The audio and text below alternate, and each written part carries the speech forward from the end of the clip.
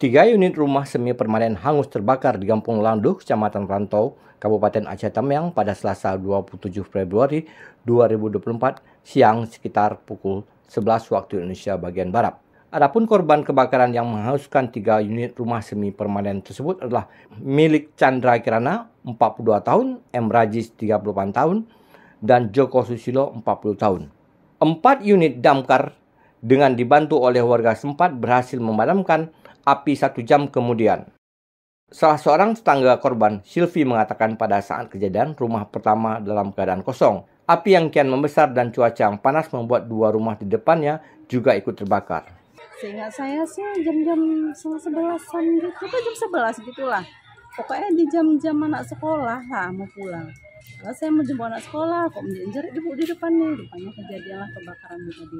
Orangnya pun nggak ada di rumah, nggak tahu pun dia kebakaran. Rumah ini kosong.